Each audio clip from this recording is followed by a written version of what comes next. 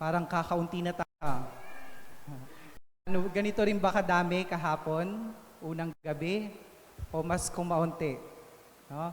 Ngayon pong ganito, ito po ay ating, ang pinagdiriwang po natin, tinatawag natin din na Gaudete. No? Kaya po kung mapapansin nyo, iba yung kulay ng pangatlong kandila ng ating sinindihan, kulay pink. Kasi po, ang ibig sabihin nito ay dapat tayong magalak, no? Mag-rejoice. Kaya sinasabi rin sa ating ikaliwang pagbasa, magalak, no? Magsaya. Pero para saan ba? Bakit tayo dapat magalak? Bakit dapat tayo magsaya? No? Dahil ba natupad na yung hinihiling natin, ikalawang araw pa lang, ikalawang gabi pa lang ng simbang gabi? No? Sino po dito natupad na yung hinihiling? Ikalawang gabi pa lang. Wala pa. Ako, akala ko muntik na. No? Kasi po habang naglalakad ako doon papunta sa aming lugar kung nasaan yung diaryo, yung mga diaryo namin, napatingin po ako sa horoscope. Nakalagay doon sa horoscope ko ay ang maswerte ko daw pong kulay ay red. Lucky number ay 5. Tapos matatagpuan ko na daw po yung mapapangasawa ko ngayong araw na to. Kinabahan po ako kasi pagsakay ko po ng Grab, kulay pula po yung Grab na nasakyan ko. No? At natakot na po ako kasi baka pagdating ko dito, makita ko na yung mapapangasawa ko. Buti na lamang po, pari ako. No? At hindi po mangyayari yon. Anyway, so, wala sa anumang pampaswerte o sa mga inaasahan nating mga material na bagay na pampaswerte, yung kagalakan. No, hindi doon magmumula yung saya natin o kagalakan. Hindi ito yung kagalakan na sinasabi ng ating Panginoon. Wala material na bagay. No? Sa ating ebanghelyo, akala ng mga Israelita, dapat na sila magsaya kasi dumating na yung Mesiyas. Akala kasi nila si Juan Bautista yung Mesiyas. Kaya natuwa na sila agad. Pero gusto nilang malaman kung si Juan Bautista ba talaga yung Mesiyas. Kaya tinanong nila si Juan Bautista, ikaw ba yung Mesiyas? Narinig niyo po yung sinabi ni Juan Bautista, di ba? Sabi niya, hindi ako yung Mesiyas. Kaya hindi pa dapat buo, no, ang kagalakan na inyong nadarama. Dahil ang Mesiyas na darating ay yung sinasabi ko at hindi niyo pa nakikilala. Ang sinasabi po ni Juan Bautista ay si Jesus. No? Si Jesus yung magiging dahilan ng kabuuan ng kanilang kagalakan. Ang sinasabi ni Juan Bautista ay si Jesus. Si Jesus yung darating dito sa mundo para ibigay sa atin yung pinakamahalagang bagay na kailangan natin. At ano yon? Kahapon, narinig natin yon sa ating pagbasa. Ang pinakamahalagang bagay na kailangan natin ay ang kapatawaran ng ating mga kasalanan. No? Alam niyo po, kung ang kailangan natin sa mundo ay lahat ng impormasyon tungkol sa Diyos, dapat ang pinadala na lang ng Diyos ay isang magaling na reporter, isang magaling na teacher na magsasabi sa atin ng impormasyon tungkol sa Diyos.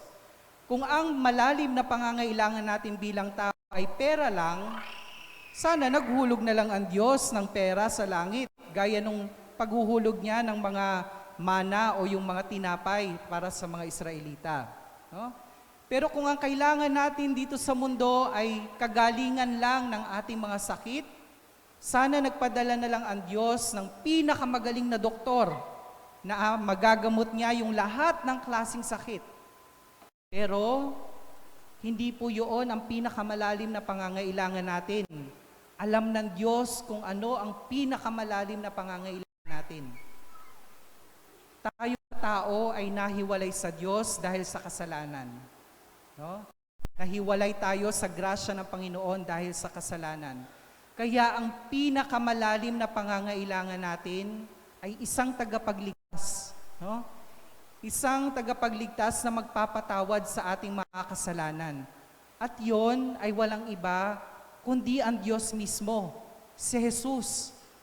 Kaya yun ang dahilan pupunta si Jesus, ipapanganak si Jesus, para patawarin tayo sa ating mga kasalanan. At yun po ang pinakamalalim na pangangailangan natin bilang tao. No? Wala sa material na bagay. Patawaran ng ating mga kasalanan. Alam niyo po, one time, ako po ay nagpakumpisal. Isa po dito sa mga parokya sa Maynila. No?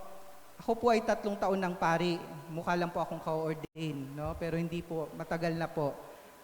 One time po, ako po ay nagpakumpisal sa isang parokya dito sa Maynila. Tapos po, dun sa labas ng confession box, yung pong pagkumpisalan, may nakapost po, may nakalagay dun sa labas. Ang nakalagay po, dito po ang pila, pumasok lamang. Yun po ay nakalagay sa labas ng confession. At dahil po, masyadong maaga pa ako dun sa confession, kasi umaga po yung confession, at wala pa namang pila, ang ginawa ko, pumasok po muna ako, hindi muna ako naglagay ng istola, no? Short, naka-t-shirt lang po ako, no? Ay naka-polo barong, no? Tapos po, maya-maya, habang kinakain ko po yung breakfast ko, yung sandwich, total wala pa naman na pumapasok na mangungumpisal, ay ngumunguya na po ako nang biglang may pasok na matanda, no? Na pawis na pawis. Tapos sabi niya sa akin, nag-good morning agad yung matandang lalaki. Ngumunguya ako, so hindi ako makapagsalita. Maya-maya po habang ako'y ngumunguya, nagbigay sa akin ng brown envelope, no? Isang brown envelope. Pagbukas ko po ng brown envelope, habang ngumunguya po ako, nagulat po ako sa laman ng brown envelope, resume. No? Yung pong pinapasa pag maghahanap ng trabaho. Namuntik na po akong mabilaukan. Kasi po, akala po pala nung matandang lalaki, kaya nakalagay dun sa labas ay pumila, pumasok lamang, ay job hiring yung pila. No? Magtatrabaho. Magsasalita na po sana ako, kaso naunahan po uli ako ng matandang lalaki. Sabi niya, Sir, kahit ano pong trabaho, okay na po sa akin, kahit janitor lang po, kasi wala po talaga akong makitang trabaho. Kasi po, pinapakain niya daw yung kanyang 3 apo, siya lang yung nagpapakain sa kanyang 3 apo, nawalan daw po siya ng trabaho noong pandemic. No? Kaya kahit ano pong trabaho, sir, okay na po sa akin. Kahit pangkain lang po araw-araw, yung sweldo na ibigay niyo sa akin. Awang-awa man po ako dun sa matandang lalaki na pawis na at nagkukumahog na humingi ng trabaho. Wala po akong maibigay na trabaho. Sabi ko po sa kanya, naku, pasensya na po kayo, tay. Ang napasukan niyo po ay kumpisalan. Ako po ay pari. Hindi po ako HR o tumatanggap ng trabaho. No?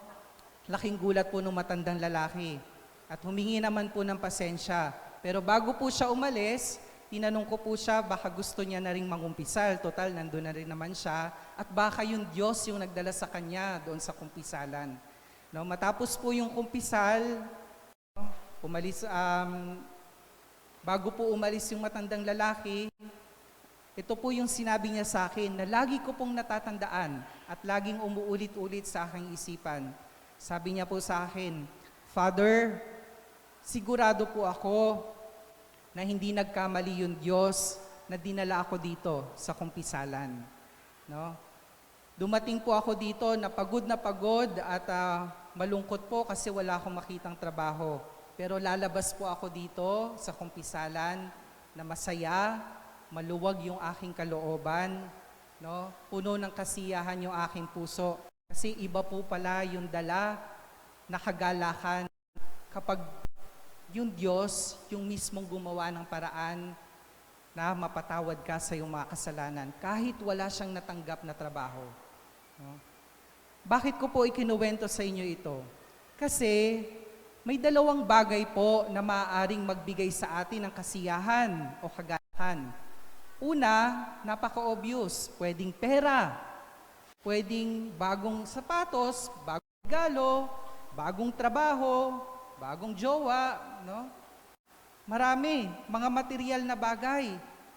Pero lahat ng po iyon ay mga panandaliang kaligayahan. Lumilipas. no? Lumilipas, parang kasnyel lang, no? Kahit gaano katagal pa po ang mga material na bagay na yan, ay lilipas din. Pero may ikalawang bagay na pinagmumula ng kagalakan na hindi kailanman lilipas. Ano po yon?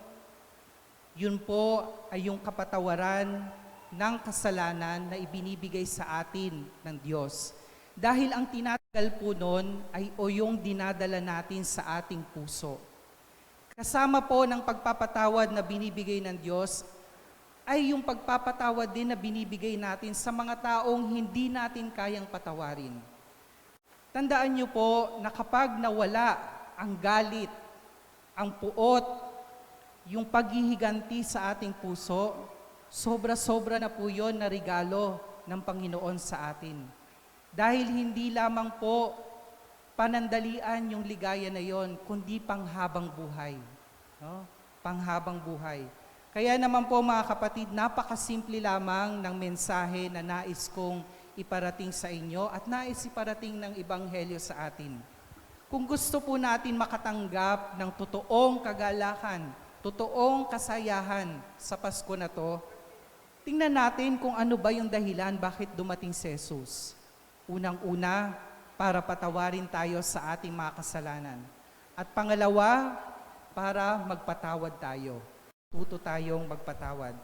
Nawa po, ito yung simulan natin na gawin ngayong Pasko. Bukod sa paghiling natin sa Panginoon na mga kailangan natin, unahin natin yung humingi tayo ng tawad sa Panginoon at pag-aralan nating patawarin yung mga taong hindi pa natin kayang patawarin. Tulungan natin ang ating sarili at hihiling natin sa Diyos na tanggalin ang galit, ang puot, ang paghihiganti sa ating puso. Para sa ganon, pag dumating ang Diyos, merong space, no?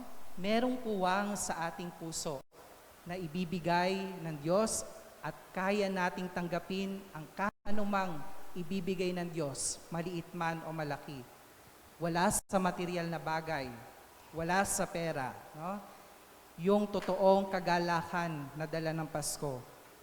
At nawa po, yun po ang maging dala natin ngayong gabi na ito. Yung Gaudete Sunday. Ipanalangin natin yung mga taong hindi pa natin kayang patawarin. Ipanalangin din natin na sana patawarin tayo ng Panginoon sa ating mga kasalanan. Amen. Pagpalain po tayo ng Panginoong may kapal. Tayo po at